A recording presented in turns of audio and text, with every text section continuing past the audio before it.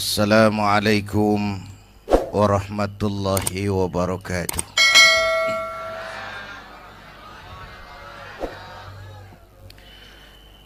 Alhamdulillahi wa kafa. Wassalatu wassalamu ala sayyidina Muhammadinil Mustafa wa ala alihi wa ashabihi ahli sidqi wal wafa, amma ba'du.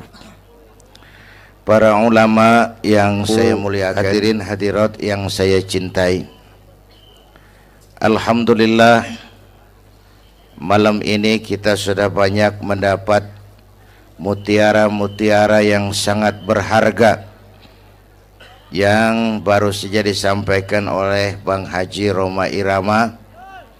Saya yakin besar manfaatnya buat kita semua.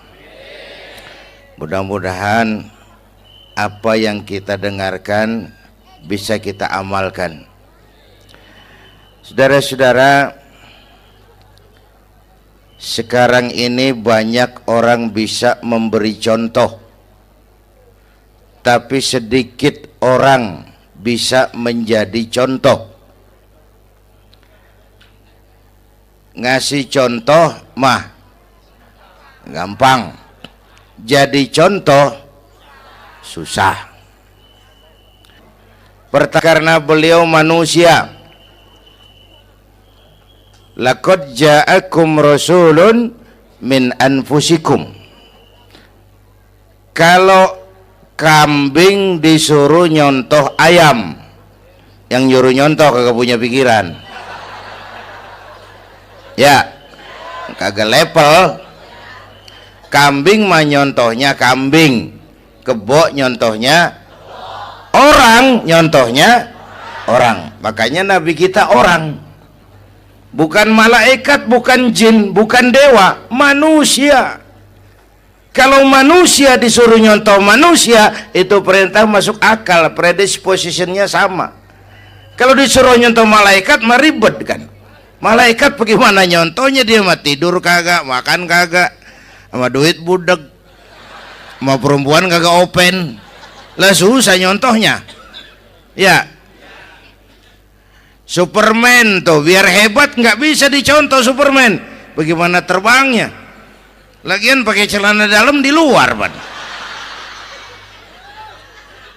Nggak bisa dicontoh Superman mah. Nabi kita manusia utuh, cuman sungguh pun manusia, kualitasnya beda. Ini namanya basyarun la kal basyari. Manusia memang, tapi jangan samain, bobot bibitnya beda. Contoh, kita nih manusia, kita tidur. Nabi kita manusia, beliau tidur. Tidur Nabi, tidur mata doang, hatinya nggak pernah tidur. Tuh bedanya sama kita tuh. Tidur kita keblek, asal tidur habis-habisan. Lagi, kita manusia, kita keringetan. Nabi kita manusia, keringetan. Keringet Nabi harum wangi, bau minyak kasturi, zaman belum ada parfum. Keringet kita udah rasain aja masing-masing dah, jangan pakai dikebet udah.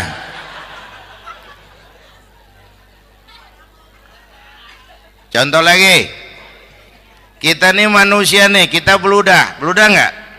Nabi kita manusia, beliau juga beludah. Ludah Nabi obat, ludah Nabi.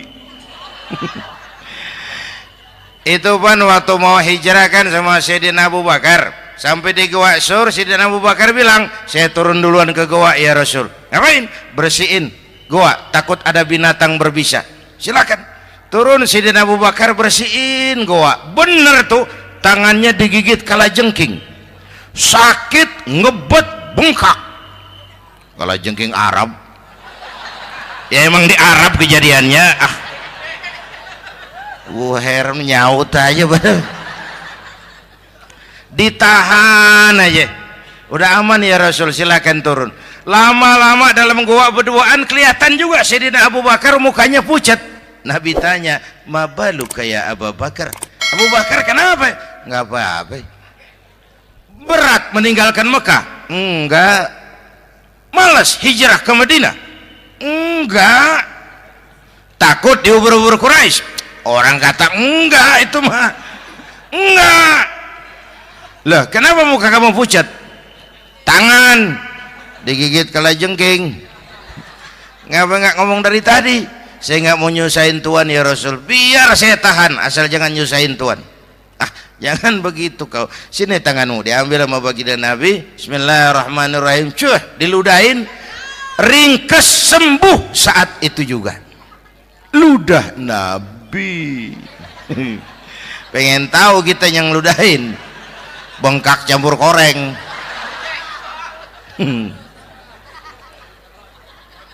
Satu tuh alasannya kenapa Nabi dijadikan contoh, karena manusia, kalau manusia disuruh nyontoh manusia pasti bisa dong ya. Yang kedua, karena tadi kata Bang Haji Oma, pribadinya itu pribadi yang multidimensi. Mau nyontoh apa? Pak, saya ini pengusaha Pak. Nabi umur 9 tahun udah ke Syria tuh, dagang lintas negara, Syam. Saya jenderal Pak. Nabi mimpin tentara di medan perang Mas. Saya mau balik Pak. Nabi dakwah Bung. Saya guru Pak. Nabi ngajar Mas. Innama bu'istu mu'alliman. Aku diutus sebagai guru, guru umat, guru bangsa. Saya politisi Pak. Nabi diplomat ulung Bung. Saya presiden Pak. Nabi mimpin bangsa dan negara Mas. Saya kepala rumah tangga Pak. Nabi punya anak bini Bang. Ayo lempengan mana dulu cari ngomong. Malah Nabi Isa tuh nggak bisa jadi contoh bagaimana membina rumah tangga bahagia. Bagaimana membina rumah tangga bahagia menurut contoh Nabi Isa? Nggak ada Mas. Kenapa? Nabi Isa belum sempat kawin. Ya, Nabi Isa belum sempat kawin. Ada pengikut Nabi Isa menyangka nggak kawin ajaran Nabi Isa, pada ngikut lagi nggak kawin. Tuh pastor tuh mubazir. Lah orang dikasih perabotan. Bang bener, saya kalau dalam Islam kiai kagak boleh kawin, saya pilih berhenti jadi kiai. Kalau kagak ada giro-giroan, botak rambut.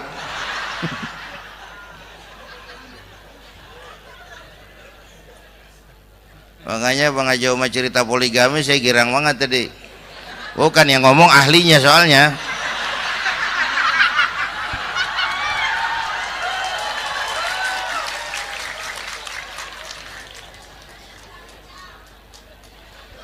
Dadah gitu aja deh ya.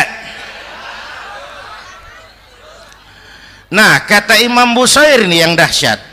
Ka'annahu wa huwa fardun fi jalalatihi fi askarin hina talqahu wa fi hasham. Sepertinya kehebatan Rasulullah itu sama baik sendiri maupun di tengah tentara. Artinya begini, orang hebat banyak, tapi yang hebat di mana-mana susah nyarinya. Baginda Rasul ini lagi duduk hebat, lagi jalan hebat, ada di pasar hebat, lagi di masjid hebat, di medan perang hebat, di depan anak-anak hebat, di mata musuhnya hebat, di depan sahabatnya hebat, di mata istrinya hebat, di mana-mana hebat. Lah susah nyari orang begini Bang ya. Kita mah hebat juga setempat, di kantor hebat, sekantor orang diomelin di kantor, pulang ke rumah dikeplak sama bininya diem aja. Ini di depan bininya dia kagak hebat dia mah.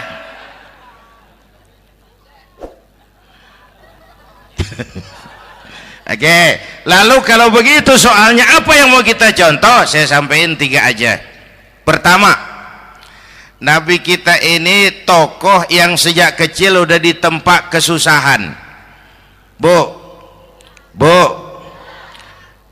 tadi kata Bang Haji, Islam mengangkat derajat kaum perempuan. karena perempuan banyak melahirkan orang besar. Lihat Sayyidah Aminah, ibunda baginda Nabi, melahirkan anak pertama tanpa didampingi suami. Meninggal suaminya, sedih hatinya, remuk perasaannya, tapi tegar jiwanya. Dilahirkannya bayi bernama Muhammad, diasuhnya penuh kasih sayang, diantarnya menjadi orang besar dan memang dibesarkan oleh Allah. Itu contoh tuh Bu. Bilangin anak-anak tong, bocah Nabi ngangon kambing tong, sekolah tong, jadi orang gede. Baba lu tibang tamat SD, lu sarjana lu. Baba lu cuman jadi RT, lu jadi camat lu. Biarin malu baba lu, pala jadi kaki, kaki jadi pala, asal lu terus sekolah. Bu, anak sekolahin, gelang doang digedein lu. Nih kan kita Betawi nih pendidikan ngentengin banget kotaan. Udah dong, jangan tinggi-tinggi sekolah udah. Ngapa mak? Baba lu kagak sekolah hidup noh. Hidup dong, pun jamu monyet juga hidup. Bu, anak sekolahin.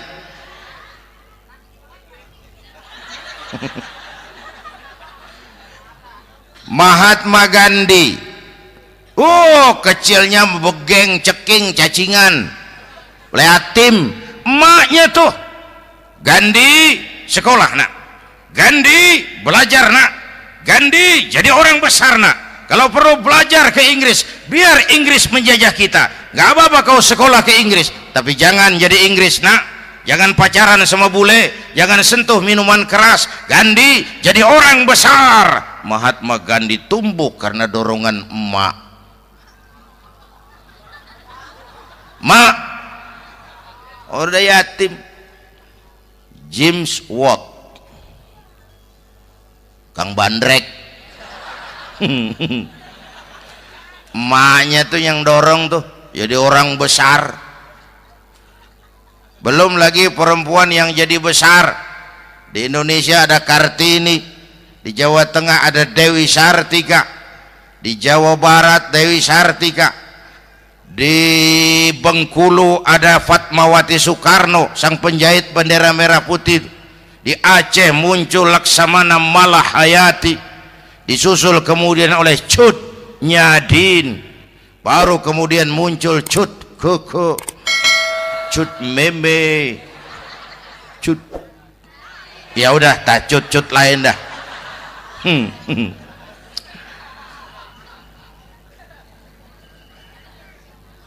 Nabi ke remajanya nggak dikolokin, tegar, tahan bantingan, nggak cengeng. Begini bang, kalau bahasa kita nih, bahasa Betawi nih, orang mah bang kalau udah biasa susah ketemu susah nggak kaget udah. Ya kita Betawi kan masuk udah nukangin. Susah mulu. Saya santri nih biasa makan kangkung, datang ke rumah temen dikasih kangkung, makanan gue ini mat, dikasih daging ayam lah nambah, emang apa? Orang mah kalau biasa susah enak nggak kagetan. Saya santri biasa tidur di masjid, disuruh nginep di hotel lah pules nggak? Tapi yang biasa tidur di hotel suruh nginep di masjid encok. Makanya kemarin tuh waktu menteri-menteri baru dilantik tuh saya ngarepin tuh, mudah-mudahan nih menteri ini begitu dilantik bacaannya nawaitu sauma godin. Lu pada niat puasa dulu dah, entaran. Puasa kan bukan kagak boleh, nunda doang, nunda puasa mah. Tempe boleh maghrib, tahu boleh maghrib, air kelapa boleh maghrib. Lu menteri pada mau naik mobil mewah boleh, ntar kalau ekonomi udah mendingan, rakyat udah pada legaan napasnya. Ya sebab apa? Itu duit buat mobil para menteri kan duit negara kan duit rakyat. Duit rakyat kan duit gue juga, itu ada di situ. Gue bayar pajak. Sayangnya kebanyakan pejabat kita asal dilantik aja bacaannya Allahumma lakasumtu, niat buka puasa. Orang buka puasa kan kemaruk, apa jadi gares? Ya. Bu, bu, jadi benar Islam mengangkat harkat, derajat, martabat kaum perempuan. Kata Bang Haji Umar tadi, dengar nggak tuh? Waktu Nabi ditanya, ya Rasul, siapa yang paling harus saya taati di dunia? Ibumu. Setelah itu, ibumu. Setelah itu, ibumu. Setelah itu, bapakmu. Ibu 3 kali disebut, bapak. Coba pikirin, ibu 3, bapak 1. 1 bapak. Ini bagaimana ngitungnya, jadi kerok begini nih ngitung nih.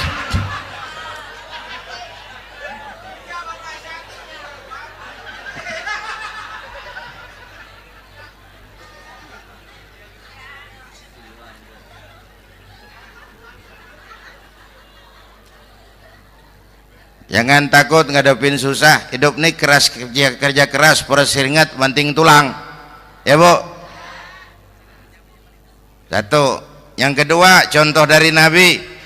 Orang yang paling bersih hatinya Rasulullah. Orang yang paling baik akhlaknya Rasulullah. Orang yang bahkan sudah dapat jaminan ampun dari segala dosa Rasulullah. Tapi orang yang kalau sholat malam sampai bengkak kakinya karena rajin sujud Rasulullah. Aspek ibadah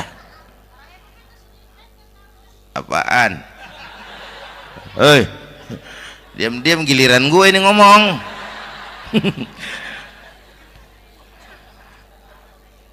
Lo ngomong lagi, udah gue pulang. Canda neng. Udah gantian ya. Ya. Apaan urusan? Orang yang dosanya udah dapat jaminan ampun, kalau sholat malam bengkak kakinya karena rajin sujud. Saya tahu di sini juga banyak yang kakinya bengkak. Semurat. Oke. Kira-kira 3 minggu yang lalu saya menghadiri haul akbar Syekh Maulana Malik Ibrahim di Gresik, haul ke-609. Dari situ saya ke Surabaya ikut zikir sama keluarga besar Tarbiyatul Qulub. Waktu zikir saya terkejut, ada kalimat yang dibaca ratusan kali menyentak perasaan saya. Kalimatnya sederhana, kita hafalah, yaitu kalimat ana Abdullah. Dibaca ratusan kali, ana Abdullah, ana Abdullah, ana Abdullah, ana Abdullah. Buat saya itu menyentak karena memperteguh komitmen saya hamba Allah, saya hamba Allah. Ah, itu mah Pak Zainuddin kan biasa, itu mah kita semua juga hamba Allah. Betul. Ayo kita bikin luar biasa. Saya mau tanya, Bapak, Ibu hamba Allah apa bukan? 3 orang. Ibu hamba Allah apa bukan? Oke. Hamba Allah. Kata siapa? Nah, kata ibu sendiri. Kalau kata sendiri pan namanya pan ngaku. Ya. Orang ngaku mah boleh dong, tiba ngaku. Namanya juga ngaku. Cuman diakuin apa enggak kita pan belum tahu. Ngaku mah murah, diakuin mahal. Ya, yang gampang dah. Ibu kenal sama Presiden SBY? Kenal. Presiden SBY kenal sama ibu? Lo ngaku lo, ngaku.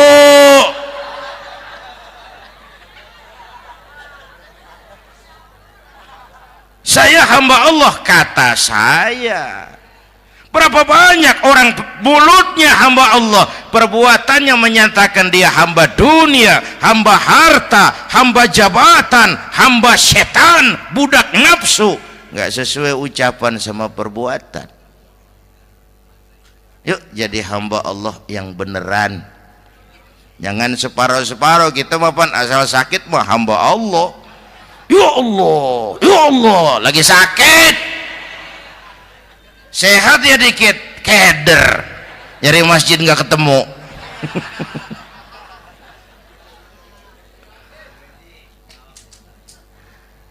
Apalagi kata Bang Haji tadi nih, kita nih kan zaman entertain nih, orang pada pintar bikin bungkusan sekarang Bang ya, abad entertain, orang pada bangun pencitraan. Tadi itu kiai sama dukun tipis bedanya. Dukun pada pasang iklan sekarang, ketik reg. Waduh, sampean lahir hari Selasa, nggak cocok di air, ono di hutan sono, larang udah dagang es jadi berhenti, nggak cocok di air.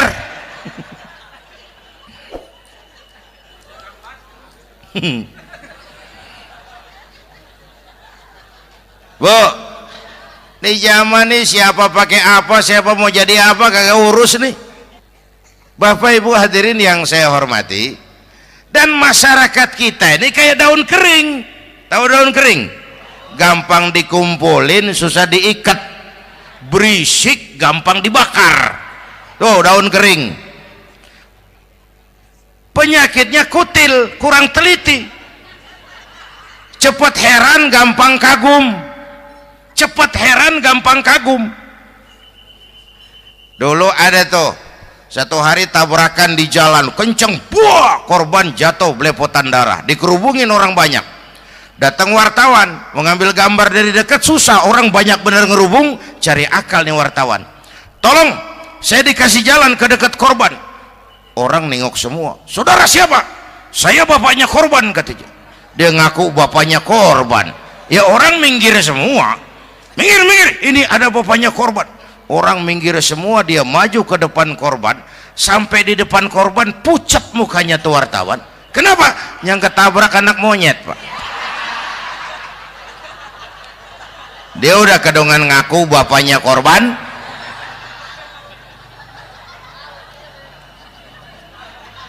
Bu, ini cerita pendek tapi pesannya lumayan nih. Kalau belum kenal bener mah jangan buru-buru ngakuin ya. Dia kagak tahu yang ketabrak siapa, main ngakuin aja, saya bapaknya korban. Lu makan lu jadi bapak monyet sono lu. Makanya jagain kampung kita nih, jangan kemasukan yang aneh-aneh ya. Nabi palsu, aliran aneh ya, ini bid'ah, itu bid'ah kuno yang kayak begitu. Capek kita ngurusin begitu, udah kelewatan ya. Yang tahlil mah terusin, yang kagak suka nggak apa-apa, cuman jangan ngomelin yang tahlil. Orang tahlil juga pakai dalil. Yang mabok masih banyak, yang tahlil diomelin. Kita nih kayak kurang kerjaan, akhirnya rame turu-turu kita. Padahal yang harus kita kembangkan kan rukun antar umat seagama, rukun antar umat beragama, rukun antar umat beragama dengan pemerintah. Kata Bang Haji Omar tadi, rukun antar umat seagama, turu-turu kita muslim nih kudu rukun. Beda pendapat boleh, marahan jangan ya. Tangan kanan sama tangan kiri juga beda, cuman rukun. Asal kiri gatal nih, kanan kagak diundang, dia datang aja nggak rukin. Nggak ada kiri gatal kanan ngomel, lu garuk aja sendiri, nggak deh mah. Akur ya Bu.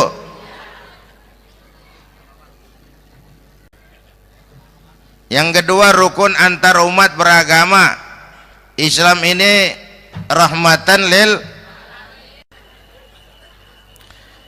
Yang ketiga, rukun antar umat beragama dengan pemerintah. Ini mah kita kan bermasyarakat sama juga sembahyang berjamaah, ada imam ada makmum ya. Nih rakyat kalau jadi pemilih yang pintar ke depan, nah mau milih wali kota kayak gubernur kayak presiden kayak. Sebab apa? Sholat berjamaah kan siapa makmum kagak penting Bang. Makmum mah siapa aja boleh ya, tiba ngikutin dia mah. ngaji deh mah gimana kayak nggak ada bab pemilihan makmum, nggak usah makmum mah kagak usah dipilih, siapa aja boleh ya bang, tuh orang budak bang boleh jadi makmum, bacanya kagak fasih boleh jadi makmum, ketinggalan satu rakaat boleh jadi makmum, tapi nggak tiap orang boleh jadi imam. Siapa yang dipilih jadi imam? Pertama a'lamuhum, kata Nabi, orang yang paling alim di kampungmu siapa? Angkat jadi imam. Yang paling alim, bukan yang paling tua. Tua juga kalau kejemur kisut. Dulu tuh Nabi Adam waktu diangkat jadi khalifah kan bekalnya apa? Wa 'allama Adam al-asma'a kullaha, al-asma ay al-ulumul katsirah. Dulu zaman Fir'aun perang sihir sama Musa, sekarang perang visi dan misi. Punya ilmu, bu, ngerti urusan dari tetek sampai bengeknya. Kalau ngikutin imam yang alim pan enak, bisa dipertanggungjawabkan. Hati-hati milih pemimpin, maksudnya bu, jangan terjebak oleh penampilan. Emas pasti kuning, bener? Apa semua yang kuning pasti emas? Udah paham dulu. Ustadz, kenapa? Di kampung saya ada 2 orang alimnya sama. Yang mana yang jadi imam? Afsahuhum, yang lebih fasih lidahnya. Yang satu alim pelok, yang satu alim kagak pelok. Nah, yang kagak pelok suruh jadi imam. Kenapa? Nggak sah orang fasih bermakmum kepada imam pelok. Ustadz, imam pelok, makmum pelok semua. Sah. Namanya kampung pelok, biarin. Susah diurusin udah itu. Apa sih artinya fasih? Yang enak deh, nyambung. Pegel kalau punya pemimpin kagak nyambung sama rakyat. Ya, rakyat mau yang ngidul deh ngalor, rakyat mau yang ngulon deh ngetan, lah kan capek rakyat, kagak nyambung. Makanya kalau jadi imam pesan Nabi, idza amma ahadukumun nas falyukhaffif. Kalau kamu jadi imam, ringankan sholat kamu. Itu makmum nggak sama kekuatannya. Jangan panjang-panjang kalau jadi imam, kudu tahu keadaan makmum. Tuh makmum ada yang udah tua rentak, diri aja udah gemeter. Ada yang punya darah tinggi, kalau sujud kelamaan palanya ngebet. Ada yang udah janji itu makmum habis sembahyang mau terima duit. Kalau imam kelamaan, kalau saudara makmum. Ya, nyambung. Jangan udah diangkat jadi imam seenaknya dewe. Sholat isya berjamaah, rakaat pertama selesai Fatihah Yasin. Makmum ikut mengikut, cuman bari ngancem. Besok gua tawiatin balik lagi udah. Kagak nyambung. Kalau nggak nyambung tuh capek, bu. Jangan tersenyum kepada orang buta, jangan berbisik kepada orang tuli, kagak nyambung. Orang buta diajak senyum, bagus sih maksudnya, cuman kan rada mubazir. Orang kagak paham. Cari pemimpin yang nyambung. Kalau memang masyarakatnya suka tahlil, cari pemimpin yang suka tahlil. Rakyatnya suka maulid, cari pemimpin yang suka maulid supaya nyambung, kagak pegel kita.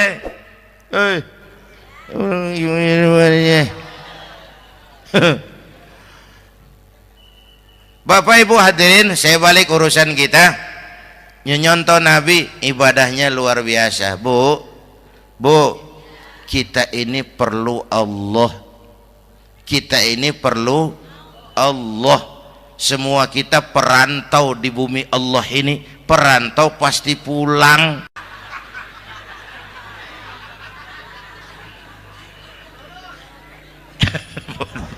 Bolot. Bodoh kalau ada perantau, dia sadar dia perantau tapi nggak pernah mikirin pulang. Lebih bodoh lagi mikirin pulang tapi nggak nyiapin bekal. Yang tadi Bang Haji Omar udah bilang tuh, muda mati. Ya, kadang-kadang engkongnya seger banget, cucunya mati. Ya, perantau mah mesti pulang. Sini mah kita ngendon doang, ngendon taran. Mula-mula pan bang, kita mah tinggalnya jauh di alam arwah, dari sana pindah ke alam rahim, alam kandungan emak nih. Pernah tinggal di situ 9 bulan tuh, ada yang 2 tahun, yang keluar udah kumisan, kelamaan ngetemnya itu.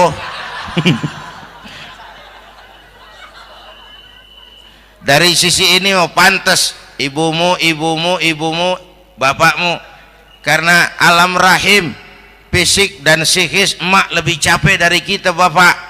Kita mah orang laki mah, kita mah pan investor gitu mah, nanam modal doang.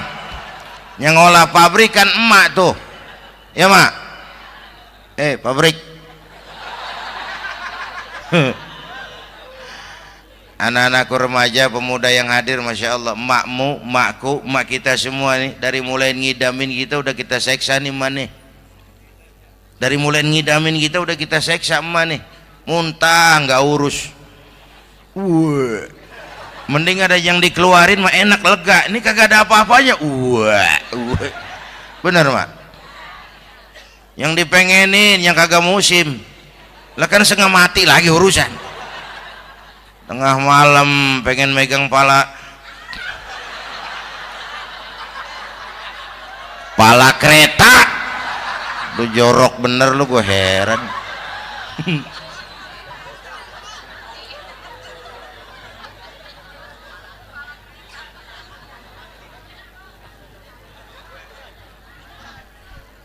Bapak Ibu hadirin, yang ketiga terakhir, contoh dari baginda Nabi, modal utama perjuangannya adalah akhlak. Memperbaiki akhlak, pakai akhlak. Rasulullah ngajak, bukan ngejek. Rasulullah merangkul, bukan mukul. Rasulullah pakai argumen, bukan pakai sentimen. Tujuannya adalah kebenaran, bukan menang-menangan. Prinsip dakwahnya basyiru wala tunaffiru, yassiru wala tu'assiru. Gembirakan orang, jangan ditakut-takutin. Mudahkan urusan orang, jangan dibikin sulit. Di masyarakat memang mendingan rakyat rendah berakhlak tinggi daripada pejabat tinggi berakhlak rendah. Dulu tahun 50-an orang kita kalau pergi haji ke Mekah 6 bulan. 6 bulan tuh orang udah pada lupa aja baru pulang. 6 bulan orang yang ada cuman kapal laut, Mekah Madinah onta, banyak rampok lagi di gurun pasir Baduy itu. Dulu orang tua kita belajar manasik, kalian belajar silat. Sekarang karena kemudahan kemajuan ilmu menciptakan Boeing memotong waktu 5 bulan, orang pergi haji cukup sebulan. Bapak Ibu hadirin yang saya hormati, oleh karena itu menjaga nilai-nilai akhlak itu penting. Kepada siapa kita harus berakhlak? Pertama, kita harus berakhlak kepada Allah. Bagaimana caranya? Jangan menyekutukannya dengan sesuatu pun. Yang kedua, jangan menyembah kecuali hanya kepadanya. Yang kedua, kita harus berakhlak kepada sesama tadi itu. Yang ketiga, kepada lingkungan. Saya dulu masih zaman ada almarhum kakek saya, engkong. Kampung saya banjir, air masuk ke rumah. Saya teriak, "Kong, banjir kong." Engkong saya ketawa, "Biarin, bukan salah air." Habis, salah lo.